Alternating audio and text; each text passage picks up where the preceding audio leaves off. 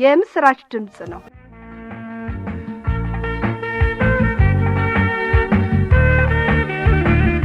ከፍየሎች ስለሚዘጋጅ መስዋዕት ቁርባኑም ፍየል ቢሆን በእግዚአብሔር ፊት ያቀርበዋል ይላል።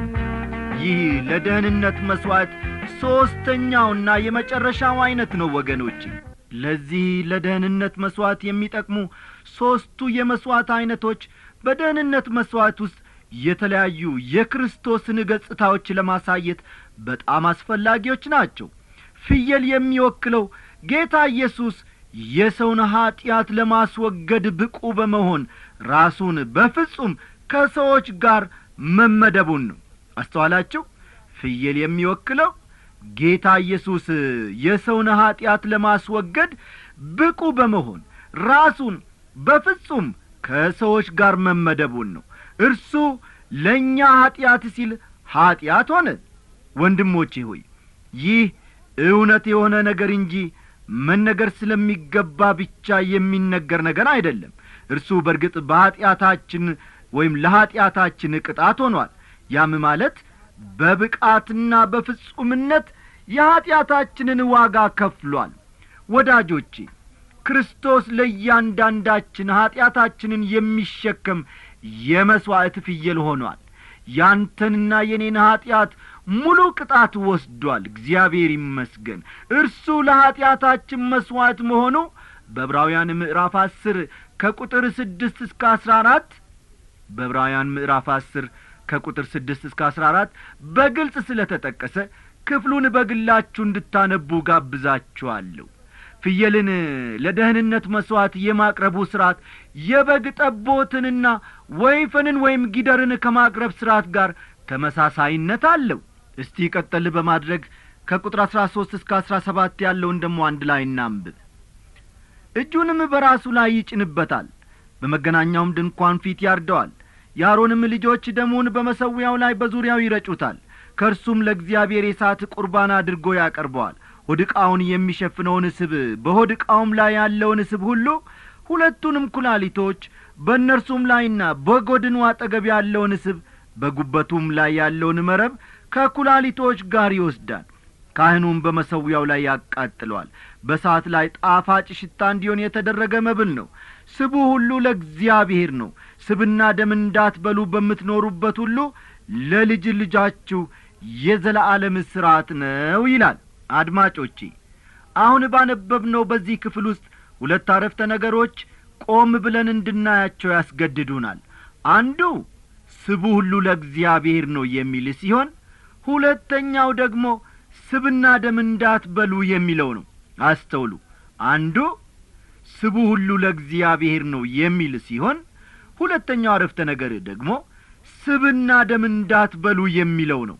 እነዚህ ሁለቱ ሕጎች በጣም የሚያስደንቁ ናቸው። ለደህንነት መሥዋዕት በተሰጠው ሕግ በዘሌዋውያን ምዕራፍ 7 ውስጥ በተደጋጋሚ ተጠቅሰዋል።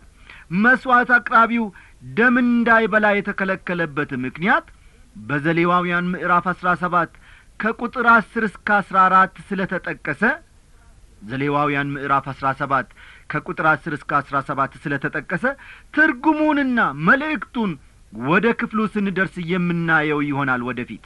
መሥዋዕት አቅራቢው ስብ እንዳይበላ የተከለከለበት ምክንያት አስቀድሞ ባነበብነው ክፍል ተጠቅሷል።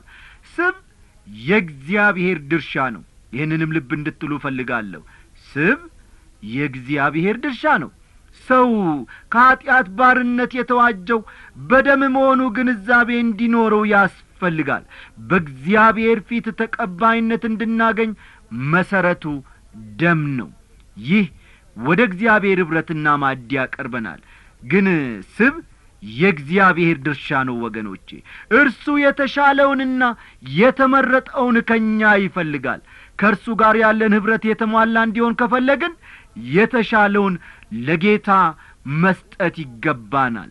አስቀድሞ ራሳችንን ሙሉ በሙሉ ለእግዚአብሔር መስጠት አለብን። ከእርሱ ጋር ጣፋጭ የሆነ ኅብረት እንዲኖረን ደህንነታችንን ተከትሎ ሕይወታችንን የተወደደ መሥዋዕት አድርገን ማቅረብ አለብን።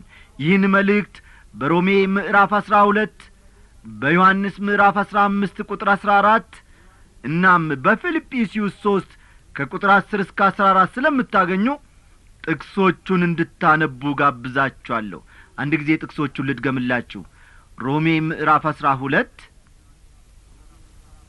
ዮሐንስ ወንጌል ምዕራፍ 15 ቁጥር 14 እንዲሁም ፊልጵስዩስ ምዕራፍ 3 ከቁጥር 10 እስከ 14 ያሉትን ጥቅሶች አንብቡ። ደህንነት ወገኖቼ በደም ሲሆን ቅድስናና አገልግሎት ደግሞ በስብ ነው። ይህንን አረፍተ ነገር እንደገና ደግምላችኋለሁ። ደህንነት በደም ሲሆን ቅድስናና አገልግሎት ደግሞ በስብ ነው። የደህንነት መስዋዕት ሕግ የደህንነት መስዋዕት ሕግ በዘሌዋውያን ምዕራፍ 7 ከቁጥር 11 እስከ 38 የተሰጠ ሲሆን ሕጉም ለሌሎች መስዋዕቶች ከቀረቡት ሕጎች በጣም ሰፊና ጠለቅ ያለ ነው። ሕጎቹንም በምዕራፍ 7 በጥልቀት እናጠናቸዋለን። በዚህ ክፍል አሮንና ልጆቹ ካህናት ከደህንነት መስዋዕት የሚደርሳቸው ድርሻ ፍሪምባና ወርች መሆኑን ማየቱ በቂ ይመስለኛል። ፍሪምባው ክርስቶስ ለኛ ያለውን ፍቅር የሚያመለክት ሲሆን ወርቹ ደግሞ የክርስቶስን ኃይልና ጉልበት ያሳያል። ደግምላችኋለሁ። ፍሪምባው ክርስቶስ ለኛ ያለውን ፍቅር የሚያመለክት ሲሆን ወርቹ ደግሞ የክርስቶስን ኃይልና ጉልበት ያሳያል። አድማጮቼ ጌታ ኢየሱስ ወደ እርሱ የሚቀርቡትን በፍጹም ሊያድን ይችላል። ይህ ደህንነት በክርስቶስ የኛ ድርሻ ነው። ተረዳችሁ አይደል? ደህንነት በክርስቶስ የኛ ድርሻ ነው። ክርስቲያን ወንድሜ ሆይ ክርስቶስን በደህንነት መስዋዕቱ ትሰማዋለህን? ዘሌዋውያን ምዕራፍ 4 አንድ ላይ አብረን እንመለከታለን። እስቲ መጽሐፋችሁን ገለጥ አድርጉና ዘሌዋውያን ምዕራፍ 4 ተመልከቱ። ርዕሱ የኀጢአት መስዋዕት ወይም ደግሞ ኀጢአት የሰው ባህሪ መሆኑን ያመለክታል። ይህ የኀጢአት መስዋዕት ጣፋጭ ሽታ ከሌላቸው መስዋዕቶች የመጀመሪያው ነው። የመጀመሪያው 3ቱ ጣፋጭ ሽታ ያላቸው መስዋዕቶች የክርስቶስን ሰውነት ወይም ማንነት ከከበረ ባህሪው ጋር አዋህደው ያሳያሉ። ቀጥሎ ያሉት 2ቱ ጣፋጭ ሽታዎች የሌላቸው መስዋዕቶች ግን ክርስቶስ ለኀጢአት ሲል በመስቀል ላይ የሠራውን ሥራ ያመለክታሉ።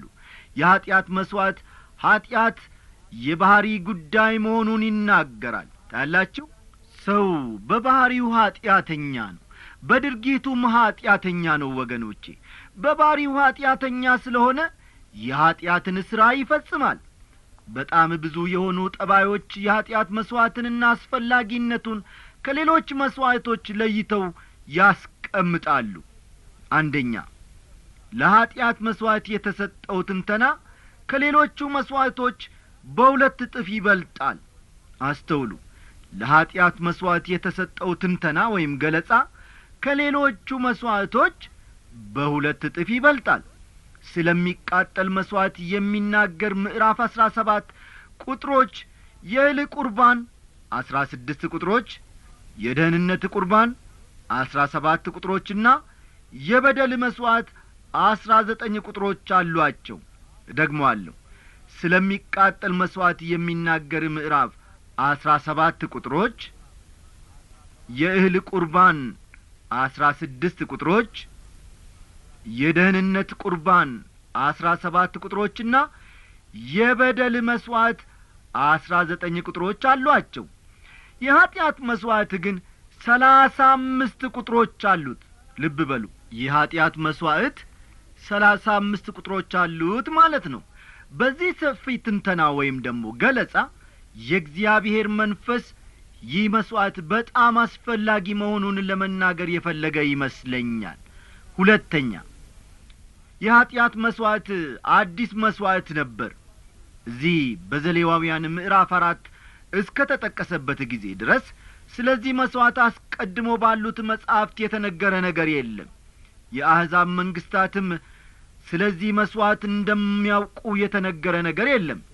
ሶስተኛ፣ ሕግ ከተሰጠበት ጊዜ ጀምሮ ይህ መስዋዕት በጣም ጠቃሚና አስፈላጊ የሆነ መጥቷል። ታያላችሁ ሕግ ከመሰጠቱም በፊት ሰው ምን ነበር ማለት ነው? ኀጢአተኛ ነበር። ነገር ግን የሰውን ኀጢአተኛነት ሕግ ወደ ብርሃን አወጣው። የኀጢአት መሥዋዕት በሁሉ በዓላት ጊዜ ማለትም በፋሲካ ወይም በቂጣ፣ በመከር፣ በመለከት ወዘተርፈ ጊዜ ሁሉ ይቀርባል። በታላቁ የማስተሰሪያ ቀን ይህ መሥዋዕት ትልቅ ስፍራ አለው። ሊቀ ካህኑ ቅድስተ ቅዱሳን መግባት የሚችለው በዚህ ቀን ይህንን የኀጢአት መሥዋዕት በማቅረብ ነበር። አራተኛ የኀጢአት መሥዋዕት ከሚቃጠል መሥዋዕት ጋር በአንድ መሠዊያና ቦታ ላይ እንደሚደረግ የሚከተለው ጥቅስ ይናገራል። ሆኖም የኀጢአት መሥዋዕት በባሕሪው ከሚቃጠል መሥዋዕት ይለያል። ጥቅሱን ላንብላችሁ። ዘሌዋውያን 6 ቁጥር 25ን ተመልከቱ። አሮንና ልጆቹን እንዲህ ብለህ ተናገራቸው፣ የኀጢአት መሥዋዕት ሕግ ይህ ነው። የሚቃጠል መሥዋዕት በሚታረድበት ስፍራ የኀጢአት መሥዋዕት በእግዚአብሔር ፊት ይታረዳል፣ እርሱ ቅዱሰ ቅዱሳን ነው ይላል። የሚቃጠል መሥዋዕት የመሥዋዕቱን ስፍራ ሲለቅ የኀጢአት መሥዋዕትን የማቅረብ ሂደት ይቀጥላል። እንድታስተውሉ ፈልጋለሁ። ይሄንን የሚቃጠል መሥዋዕት ክርስቶስ ማን እንደሆነ የሚናገር ሲሆን የኀጢአት መሥዋዕት ግን ክርስቶስ ምን እንዳደረገ ይናገራል። አረፍተ ነገሩን ደግምላችኋለሁ።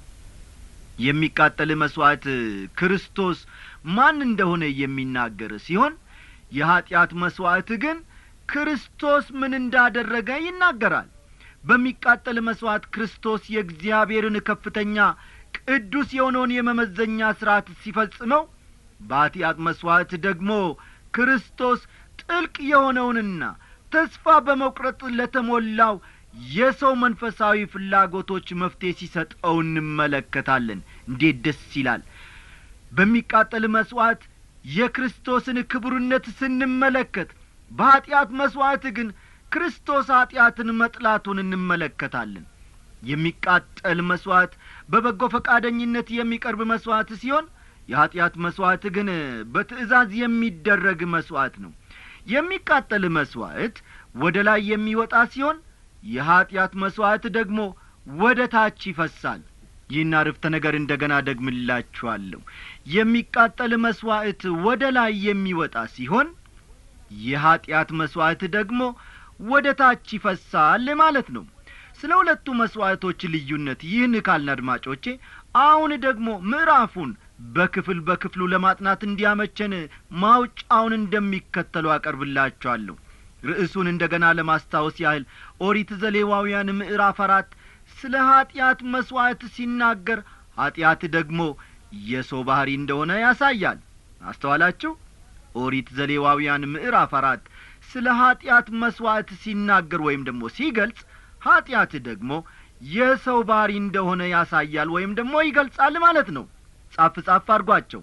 አንደኛ ቁጥር 1ና 2 ሳይታወቅ ስለ ተሠራ ኀጢአት ይናገራል። ቁጥር 1ና 2 ሳይታወቅ ስለ ተሠራ ኀጢአት ይናገራል። ከቁጥር 3 እስከ 12 ያለው ደግሞ ስለ ካህናት ኀጢአት ይናገራል። ይህ ሁለተኛ ነጥብ መሆኑ ነው ማለት ነው።